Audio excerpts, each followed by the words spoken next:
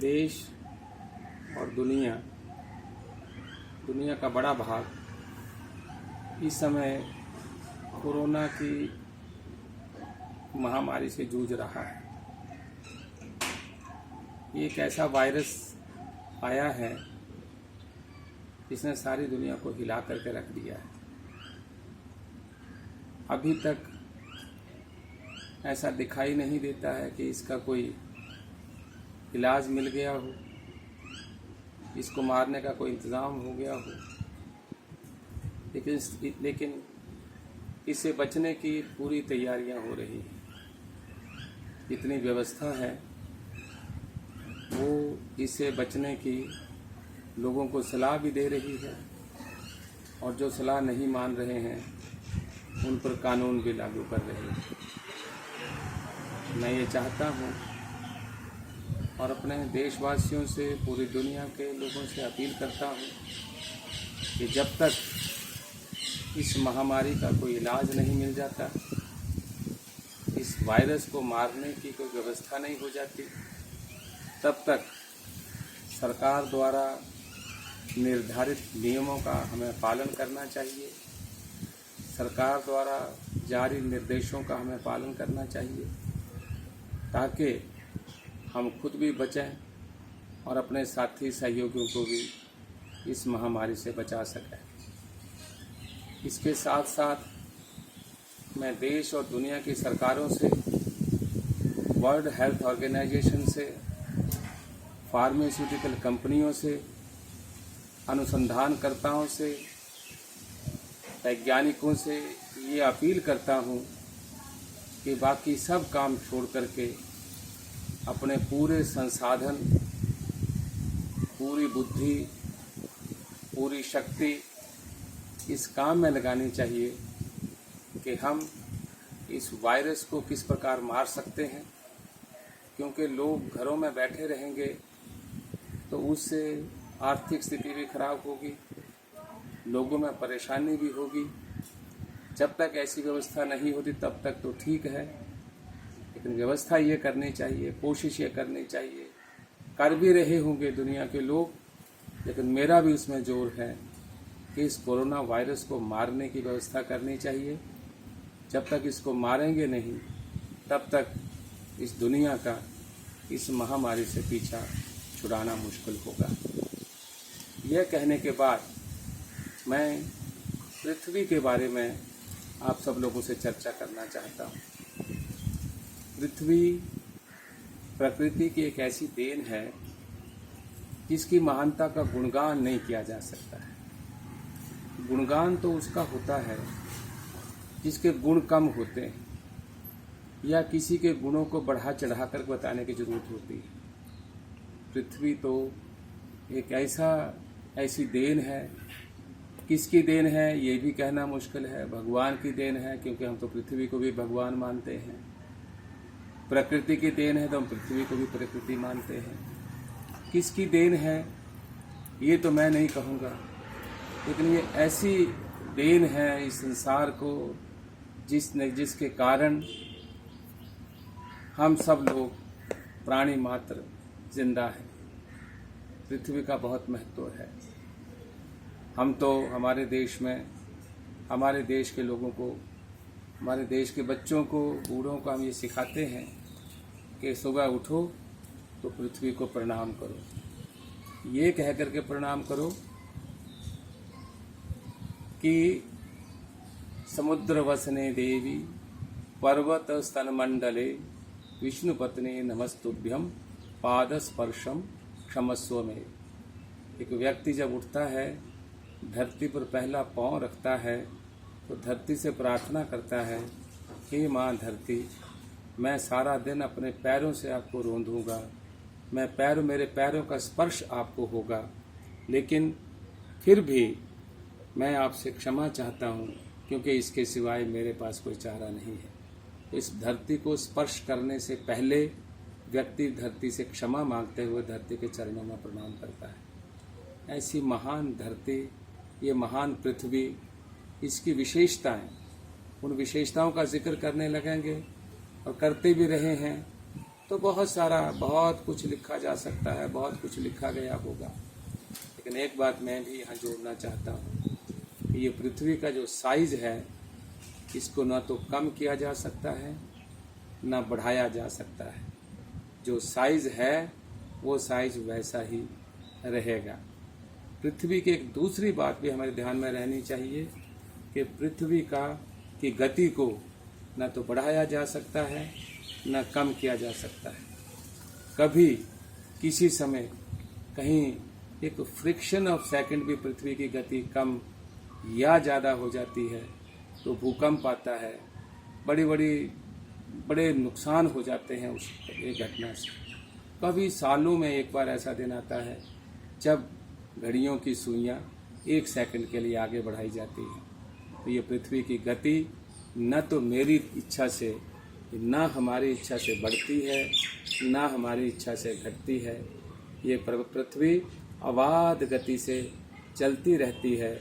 उसी में हम लोगों के लिए दिन आता है, उसी के लिए हम लोगों के सामने रात आती है, उसी में बारिश आती है, उसी में गर्मी आती है, उसी में सर्दी आती है।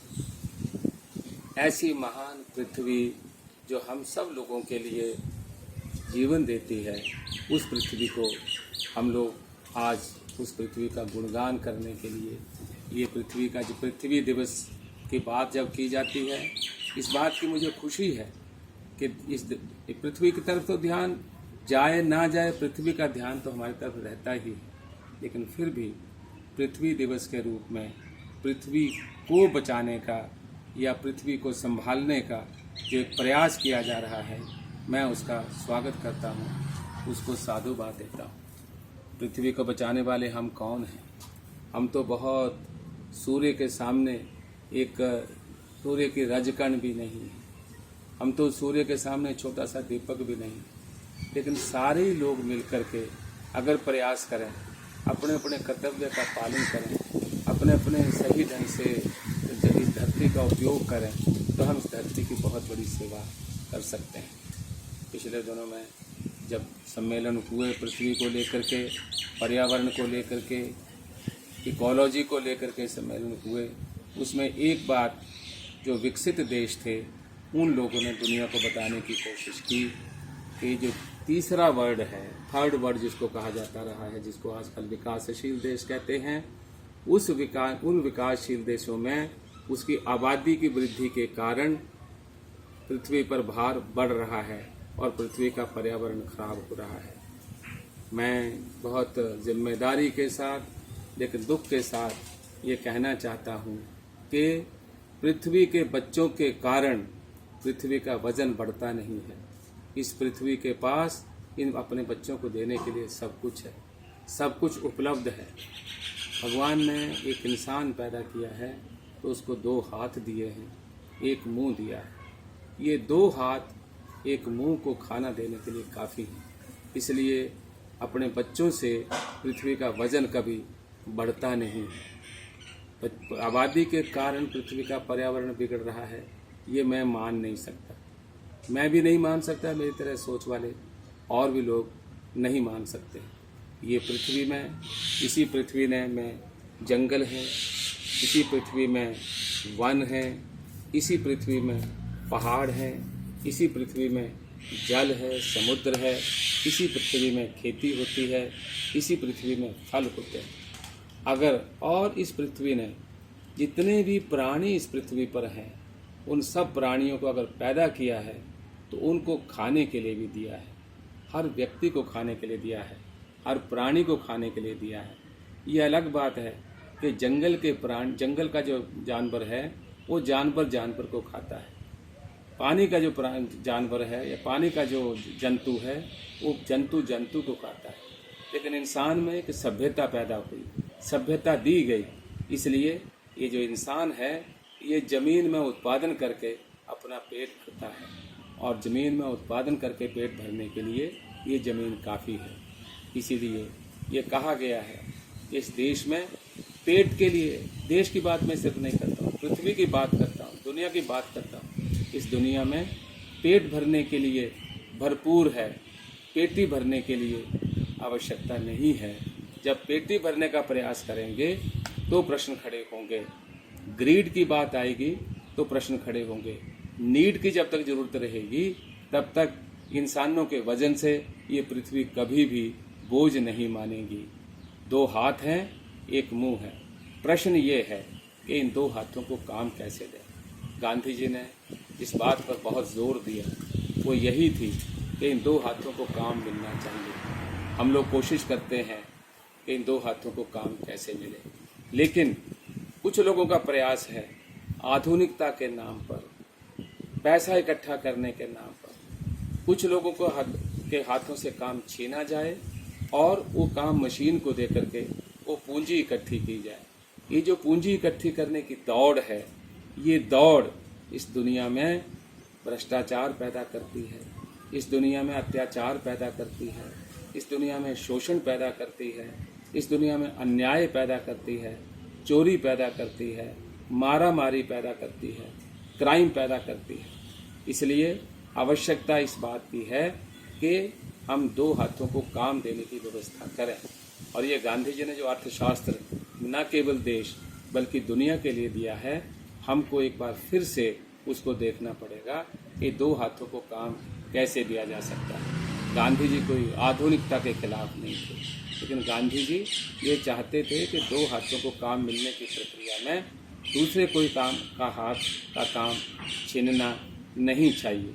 जब हम इस पृथ्वी का उपयोग 2 हाथों को काम देने के लिए करेंगे तो ये पृथ्वी का के बारे में ये कहना कि तीसरी दुनिया जो है या जो विकासशील देश हैं उनकी आबादी इस दुनिया का पर्यावरण बिगाड़ रही है, तो उसका झूठ, उसका जो स्वरूप है वो हमारे सामने आएगा कि वो सही नहीं है। सच्चाई सामने आएगी कि देश के दुनिया के लोगों से, जनता से देश दुनिया का पृथ्वी का भार बढ़ता नहीं है। पृथ्वी का नाम धरती का नाम धैर्य है, इसमें बहुत धैर्य है। प्रश्न क्या है, समस्याएं क्या है कि पृथ्वी का ऊपर का पर्यावरण भी ठीक रहे और पृथ्वी का अंदर का पर्यावरण भी ठीक रहे। ऊपर का पर्यावरण हम सबको ठीक करना पड़ेगा। इस दुनिया में जो चीज़ें भी पैदा हुई हैं उनकी ज़रूरत है। एक छोटा सा कैंचुआ है, वो कैंचुआ मिट्टी खाता है, मिट्टी हगता है, उसका भी बहुत बड़ा महत्व है। जब किसान को पूछेंगे तो किसान कैंचुआ पालना चाहता है, क्योंकि वो कैंचुआ मिट्टी खा करके किसान को खाद देता है। चींटी का भी महत्व है। चींटी को बहुत कुछ खाती नहीं है, इतनी छोटी चींटी है, लेकिन कभी उसके घर को देखेंगे तो उसके घर में भी भंडार होता है। तो भंडार भरे रहने चाहिए। इस तरह से इस दुनिया में जो भी चीज़ पैदा हुई है, जो भी प्राणी पैदा हुआ है, उसकी इस धरती को ज़रूरत थी, इसलिए वो पैदा हुआ है। और अगर धरती ने उसको पैदा किया है तो उसको खाने के लिए भी धरती ने इंतज़ाम किया है। प्रश्न तब खड़ा होता है जब उसका दोहन अन्यायपूर्ण ढंग से होता है, जब उसका इस्तेमाल ग्रीड के लिए होता है, तब धरती के ऊपर का पर्यावरण बिगड़ता है। जब हम अपने आनंद के लिए, तामसिक आनंद के लिए, धन इकट्ठा करने के लिए, जब बड़े बड़े उद्योगों को हम तरजीह देते हैं, महत्व देते हैं, तो जमीन का, ऊपर का, धरती का पर्यावरण बिगड़ता है। जिस बात की ओर हमारा ध्यान नहीं जाता है, क्योंकि ये आवाज़ तो गरीब आदमी की है, अमीर आदमी के इंडस्ट्री तो अमीर आदमी की है, और वो उसको बचाना चाहता है, उस उद्योग को बचाना चाहता है। इसलिए वो कोशिश करता है कि ये जो जहाँ दोष है उस दोष को आबादी की वृद्धि की ओर मोड़ दिया जाए।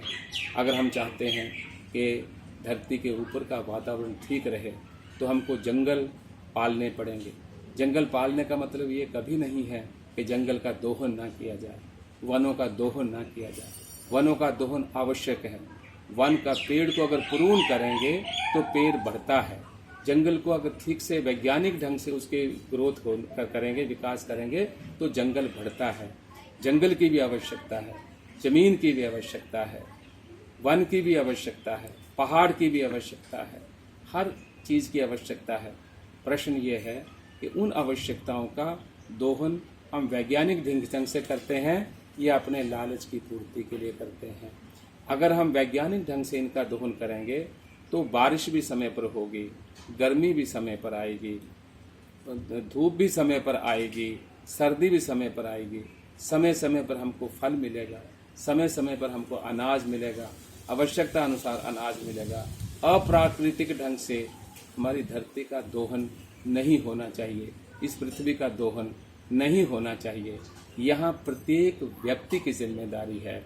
हम ये संकल्प करें, दुनिया के 700 करोड़ लोग ये संकल्प करें कि हम इस धरती का दोहन व्यक्तिगत कारणों के लिए, व्यक्तिगत लाभ के लिए, दूसरे का शोषण करने के लिए या अपनी ग्रीड को पूरा करने के लिए नहीं करेंगे, बल्कि इस धरती का दोहन, धरती का उपयोग, इस पृथ्वी का उपयोग हम अपने जीवन यापन को पूरा करने के लिए, जीवन को सुखमय बनाने के लिए, जीवन को आनंदमय बनाने के लिए इसका धरती का उपयोग करेंगे। और जब मैं आनंदमय की बात करता हूँ तो मैं तामसिक आनंद की बात नहीं करता, राजसी आनंद की बात नहीं करता, सात्विक आनंद की बात करता हूँ। तामसिक आनंद बहुत ही टेम्परेरी होता है, बहुत ही अस्थायी होता है।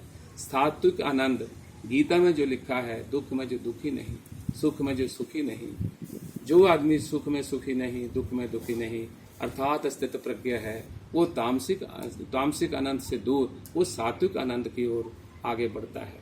इन बातों का अगर हम ध्यान रखते हैं, धरती के ऊपर के पर्यावरण को ठीक से रखने का ध्यान करते हैं, प्रत्येक व्यक्ति उस ओर ध्यान करता है, तो धरती के ऊपर का, पृथ्वी के ऊपर का पर्यावरण शुद्ध रह सकता है, वातावरण शुद्ध रह सकता है, ना तो पॉल्यूशन की समस्या होगी, ना कभी धरती के ऊपर के कोई वजन की समस्या होगी, ना धरती किसी का बोझ बनेगी, ना धरती पर कोई बोझ बनेगा। उससे भी बड़ा इशू है कि धरती के अंदर का वातावरण कैसे ठीक रहे। क्या इस देश और दुनिया के लोग, क्या इस देश और दुनिया के वैज्ञानिक, क्या इस देश और दुनिया के भूगर्भ शास्त्री ये कह सकते हैं कि वो लोग सब मिलकर के इस धरती के, इस पृथ्वी के अंदर के वातावरण को, अंदर के पर्यावरण को ठीक करने के लिए ईमानदारी से, जिम्मेदारी से काम कर रहे हैं? जिस तरह से आज पेट्रोल का दोहन हो रहा है, पेट्रोल निकाला जा रहा है, क्या हम ईमानदारी से कह सकते हैं कि पेट्रोल निकालना और जिस गति से निकाला जा रहा है उस गति से निकालते हुए हम इस पृथ्वी की सेवा कर रहे हैं, इस पृथ्वी की मदद कर रहे हैं, इस पृथ्वी के अंदर के वातावरण को ठीक कर रहे हैं? दुनिया में बहुत वैज्ञानिक खोजें होती हैं, हम मंगल ग्रह की ओर जा रहे हैं, हम चांद पर तो पहुंच ही गए हैं, अब तो चांद पर बसने की बात कर रहे हैं। तो क्या हम सब लोग मिलकर के, सारे वैज्ञानिक लोग मिलकर के, सारे अनुसंधानकर्ता मिलकर के, क्या इस तेल का कोई विकल्प पैदा नहीं कर सकते हैं? इस देश में, भारत देश में तो इसकी कोशिश हुई है, लेकिन वो कोशिश तूती की आवाज़ बन करके रह जाती है। कभी उसको वैज्ञानिकों की सपोर्ट नहीं मिलती है, कभी उसको इंडस्ट्री की सपोर्ट नहीं मिलती है, कभी उसको संसाधनों की सपोर्ट नहीं मिलती है। इक्का दुक्का जो लोग प्रयास करते हैं वो वहीं दबकर रह जाते हैं, या तो उसको मजाक बना दिया जाता है, मजाक के रूप में उड़ा दिया जाता है। तो क्या हम लोगों को ये कोशिश नहीं करनी चाहिए कि तेल का विकल्प हम ढूंढें और उस विकल्प को आगे बढ़ाएं ताकि तेल की कम से कम आवश्यकता पड़े?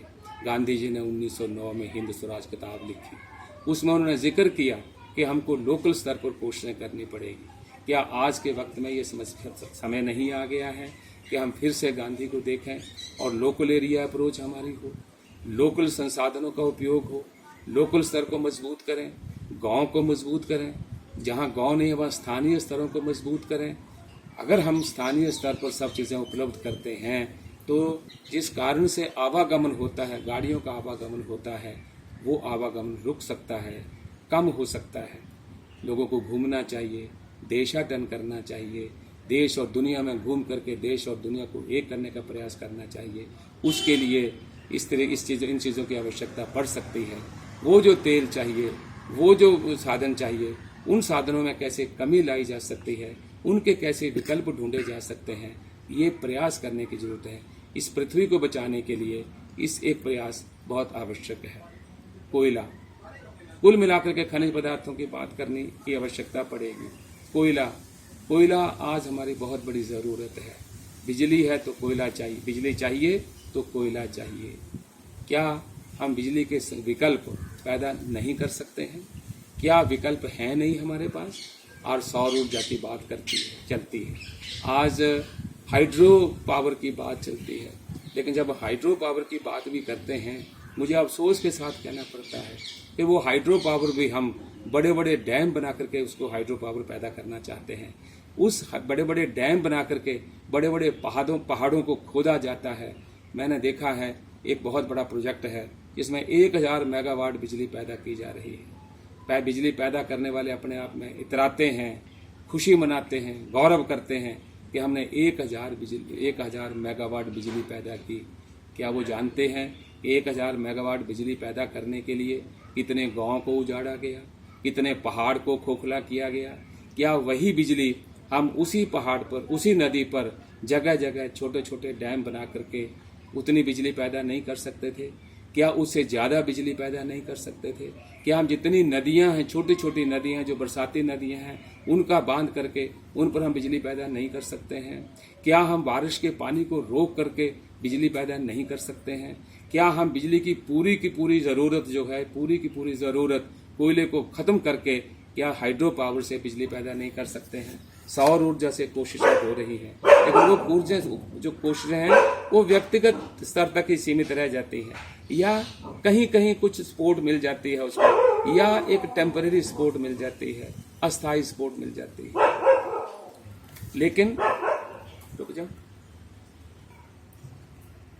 जिस तरह से आज कोयले की ज़रूरतें हमारी बढ़ रही हैं, इन ज़रूरतों को कम करने की आवश्यकता है। और केवल हाइड्रो पावर का प्रश्न नहीं है, केवल सौर ऊर्जा का प्रश्न नहीं है। मैंने सुना है केरल में समुद्र के किनारे एक रेत होता है जिसका नाम है मोनाजाइट, जिसमें एक धातु होती है थोरियम धातु, जिससे यूरेनियम निकाली जा सकती है। यूरेनियम सब लोग जानते हैं एक ऐसा साधन है जिससे भरपूर बिजली पैदा की जा सकती है। मैं ये कोई नई बात नहीं कह रहा। मैं गया था एक बार केरला में, मैंने देखा वहाँ एक छोटा सा प्लांट लगा हुआ है और उसमें से बिजली पैदा की जा रही है। वो आगे क्यों नहीं बढ़ा? उसका विकास क्यों नहीं हुआ? वो मल्टीप्लाई क्यों नहीं हुआ? वो रेप्लिकेट क्यों नहीं हुआ? पूरे समुद्र के किनारे के रेत पर काम करके उसमें से थोरियम निकाल करके यूरेनियम निकालने का प्रयास क्यों नहीं हुआ? हम क्यों कोशिश करते हैं कि यूरेनियम को एक्सपोर्ट करनी चाहिए, बाहर से मंगवानी चाहिए, और क्यों इस यूरेनियम का इस्तेमाल एटम बम बनाने और हाइड्रोजन बम बनाने के लिए किया जा रहा है? क्या ये यूरेनियम इस दुनिया के लिए, दुनिया की जनता के लिए, दुनिया के लोगों के लिए एक वरदान साबित नहीं हो सकता है? जो आज अभिशाप बना हुआ है, बम के रूप में अभिशाप बना हुआ है, क्या उसको एक वरदान के रूप में इस्तेमाल नहीं करना चाहिए? व्यापक तौर पर वरदान के रूप में इस्तेमाल नहीं करना चाहिए?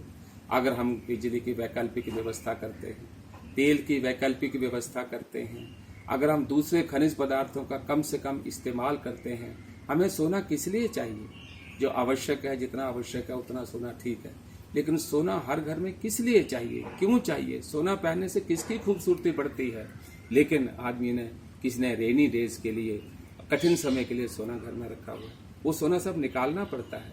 जितना दोहन होता है, और उस दोहन के कारण जमीन खोखली होती है, ये धरती खोखली होती है।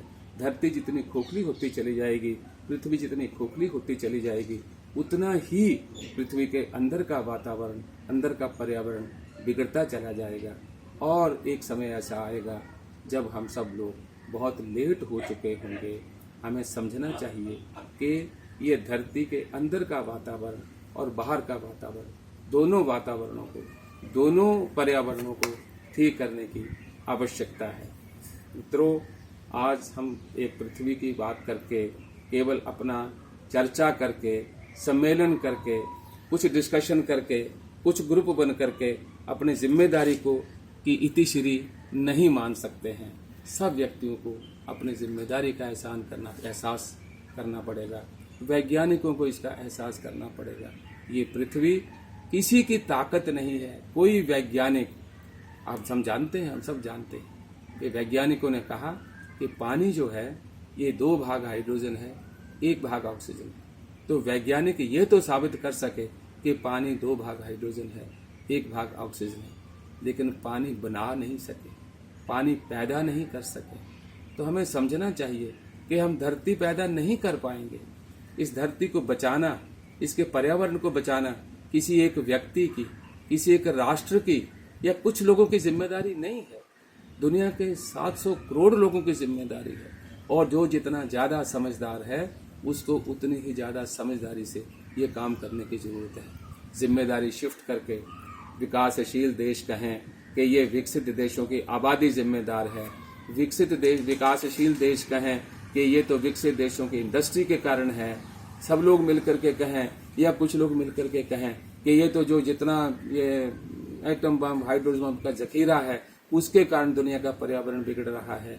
ये सब जिम्मेदारी शिफ्ट करने का जो तरीका है, इस तरीके से इस धरती का पर्यावरण नहीं बनेगा, इस धरती का पर्यावरण संतुलन कायम नहीं रहेगा। इस धरती का अगर पर्यावरण संतुलन कायम रखना है तो प्रत्येक व्यक्ति को अपनी जिम्मेदारी निभानी पड़ेगी।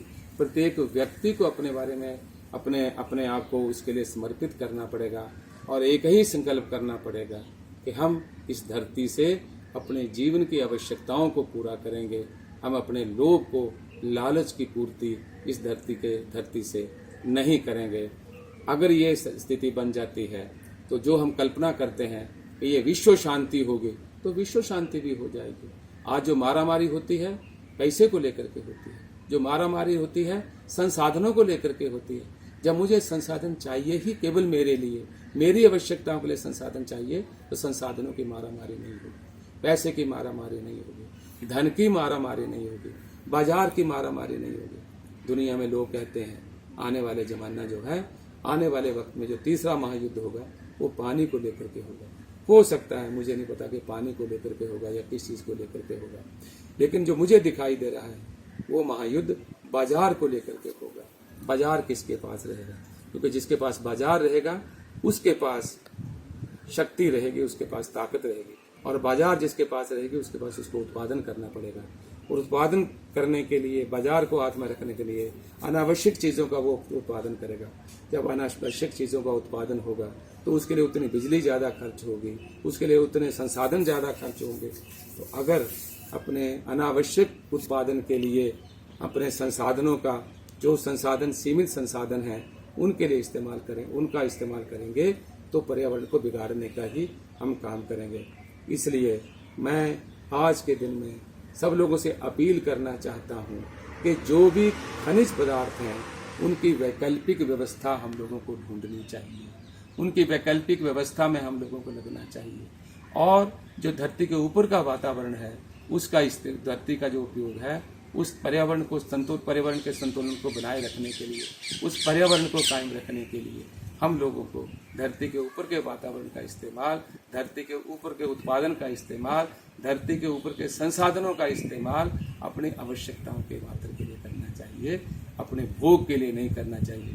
भोग वृत्ति इस धरती के वातावरण को खराब करेगी, भोग वृत्ति इस धरती के वातावरण को अशुद्ध करेगी, और धरती का वातावरण अशुद्ध होगा, इसका पर्यावरण अशुद्ध होगा तो न भोग रहेगा न सेवा रहेगी। इसलिए भोग वृत्ति से बचना चाहिए, आवश्यकताओं को सीमित करना चाहिए। गांधी जी ने कहा था, गांधी जी ने जो 11 व्रत आश्रम में, गांधी जी ने बहुत सारे आश्रम बनाए हैं, उन आश्रमों में बहुत सारे नियम पालन की बात की है, उसमें 11 व्रतों की बात भी की है। अहिंसा, सत्य, अस्तेय, ब्रह्मचर्य, असंग्रह, शरीर श्रम स्वाद, सर्वत्र भय वर्जन, सर्वधर्म समानत्व, स्वदेशी स्पर्श भावना, विनम्र व्रत निष्ठा से एकादश से भी। इसमें गांधी जी ने अपरिग्रह को बहुत महत्व दिया है।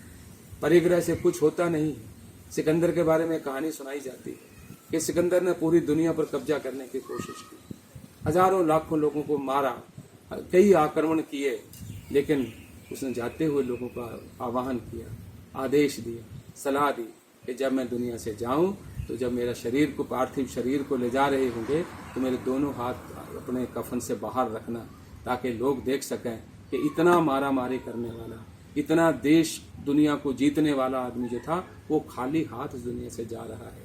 इसलिए गांधी जी ने अपरिग्रह को रोकने की बात की, अपरिग्रह न करने की बात सलाह दी और कहा आवश्यकताओं को कम करो। गांधी जी की आवश्यकता कितनी थी?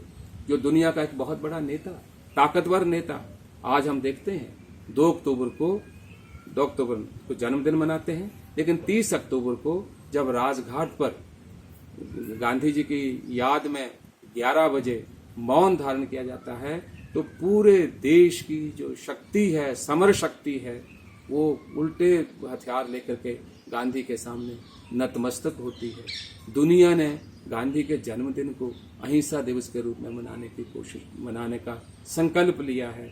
तो जो महात्मा गांधी नंगा फकीर था, जिसके पास कुछ नहीं था, महात्मा गांधी ने एक वसीयत लिखी है, एक छोटी सी वसीयत लिखी है, और उस वसीयत में लिखा है कि मेरे पास देने के लिए कुछ नहीं है, लेकिन अगर मेरी किताबों से कुछ रॉयल्टी आती है तो उस रॉयल्टी का 25% भाग हरिजन सेवक संघ को दिया जाए। हरिजन सेवक संघ वो संस्था है जो संस्था गांधी जी ने इस दुनिया में जो दलित थे, जो दुखी थे, जो पीड़ित थे, जिनको इंसान के रूप में समझा नहीं जाता था, इंसान के रूप में उसको अपनाया नहीं जाता था, उन लोगों की सेवा के लिए गांधी ने कहा कि मेरी रॉयल्टी को उन लोगों की सेवा के लिए दे दिया जाए। तो एक नंगा फकीर अगर दुनिया को झुका सकता है, दुनिया के सामने दुनिया की इतनी बड़ी हिंसक ताकत का जवाब दे सकता है, तो हमें समझना चाहिए कि परिग्रह से कोई ताकत नहीं बनती है, अपरिग्रह से ही ताकत बनती है। और अगर हम अपरिग्रह के नियमों का पालन करते हैं तो इस धरती के, इस पृथ्वी के वातावरण को शुद्ध करते हैं, पर्यावरण को शुद्ध करते हैं, यहाँ के इकोलॉजिकल सिस्टम को का संतुलन बनाए रखते हैं। और आज इस दुनिया में इस धरती को, इस पृथ्वी के इकोलॉजी को ठीक रखने की जरूरत है, पर्यावरण के संतुलन को बनाए रखने की जरूरत है। ये तभी संभव है जब हम सब लोग कोशिश करें। मैं आज पृथ्वी दिवस के इस मौके पर आप सबका बहुत बहुत बधाई आपको देता हूँ, शुभकामनाएं देता हूँ और निवेदन करता हूँ कि आप एक संकल्प के साथ आगे बढ़ें। इस धरती का हम आवश्यकता से अधिक कभी भी कोई भी दोहन न करेगा, न किसी को करने देंगे, न करने की कोई आवश्यकता ही पैदा होने देंगे। धन्यवाद, नमस्कार, जय।